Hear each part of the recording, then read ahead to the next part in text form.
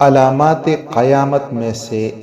ایک علامت یہ بھی ہے کہ مدینہ بے آباد اور باشندوں سے خالی ہو جائے گا۔ نبی کریم صلی اللہ علیہ وسلم کے مدینہ کی طرف ہجرت کرنے کے بعد مدینہ کی آبادی اور رونق میں بے حد اضافہ ہوا۔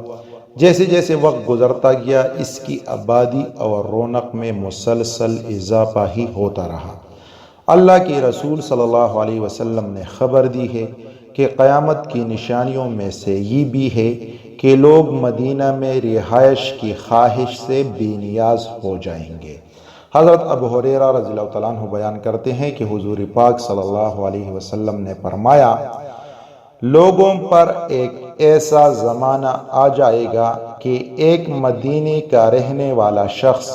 اپنی چچا زاد اور دیگر رشتہ داروں سے کہے گا، مدینہ کو چھوڑ دو، خوشحالی کی طرف نکلو، خوشحالی کی طرف آؤ، حالانکہ مدینہ ہی ان کے لیے بہتر ہوگا۔ پھر حدیث کے الفاظ ہے، اے کاش کہ انہیں اس بات کا علم ہو، اس ذات کی قسم جس کے ہاتھ میں میری جان ہے، جب بھی کوئی شخص مدینہ سے بے رغبتی کی بنیاد پر وہاں سے نقل مکانی کرے گا، اللہ تعالیٰ اس سے بہتر شخص کو اس کی جگہ مدینہ میں آباد کر دے گا۔ پھر اللہ کی رسول نے وارن کیا لوگوں کو، خبردار، مدینہ آگ کی بٹی کی طرح ہے،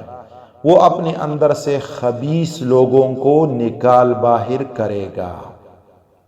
قیامت اس وقت تک قائم نہ ہوگی جب تک مدینہ اپنے اندر سے شریر لوگوں کو، بیڈ کریکٹر والے لوگوں کو نکال نہیں دے گا، جس طرح کی بٹی لوہے کا میل کچیل اتار دیتی ہے، اور یہ حدیث صحیح مسلم کی حدیث ہے۔ اب اس کے بعد اگر دیکھا جائے تو بہت سے صحابہ کرام نے مدینہ چھوڑ دیا تھا، لیکن حدیث کے الفاظ ہے مدینہ سے بے رغبتی کی بنیاد پر وہاں سے نقل مکانی کرے گا۔ تو جو صحابہ کرام یہاں سے مائیگریٹ ہوئی تھی وہ بے رغبتی کی بنیاد پر نہیں گئے تھے، وہ جہاد کے لیے نکلے تھے اور وہ اللہ کی دین پھیلانے کے لیے نکلے تھے۔ اسی وجہ سے یہ سٹیٹمنٹ ان پہ لاگو نہیں ہوتی۔ اس سے ریلیٹڈ ایک اور حدیث کوٹ کرتے ہیں، حضرت ابو ہریرہ رضی اللہ تعالیٰ عنہ بیان کرتے ہیں کہ حضور صلی اللہ علیہ وسلم نے فرمایا، یترکون المدینہ علی خیر ما کانت لا یخشاها الا العوافیہ، جس کا ترجمہ ہے لوگ مدینہ کو اس حال میں چھوڑ دیں گے جبکہ اس کے حالات بہت عمدہ ہوں گے، اس میں صرف پرندے اور درندے ہی رہ جائیں گے، اور یہ حدیث صحیح بخاری کی ہے۔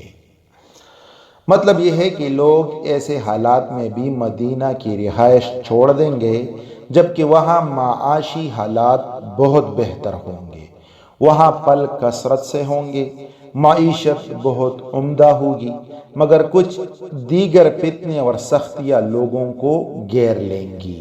جن کے باعث وہ مدینہ کو چھوڑنے پر مجبور ہو جائیں گے۔ باشندگان مدینہ آہستہ آہستہ وہاں سے دوسرے شہروں میں منتقل ہوتے چلے جائیں گے، حتیٰ کہ وہاں کوئی شخص باقی نہ رہے گا، بلکہ نوبت یہاں تک پہنچ جائے گی کہ گھر، سڑکیں اور مساجد انسانوں سے خالی ہو جائیں گی، پرندے اور درندے مساجد میں آزادانہ گھومیں گے، وہ وہاں بول و براس کریں گے، یہ باقاعدہ حدیث میں ہے، اور کوئی انہیں روکنے والا نہ ہوگا،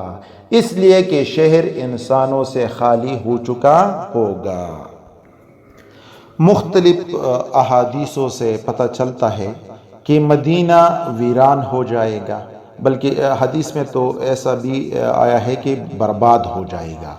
یہاں تک حدیث میں اس کا ذکر ہے کہ کتا مسجد میں داخل ہو کر بول و براس کرے گا کیونکہ کوئی بھی وہاں نہیں ہوگا۔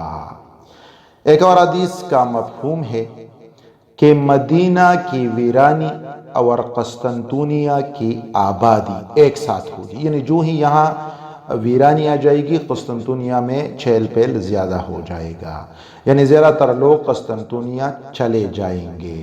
اور یہ قیامت کی نشانی ہے۔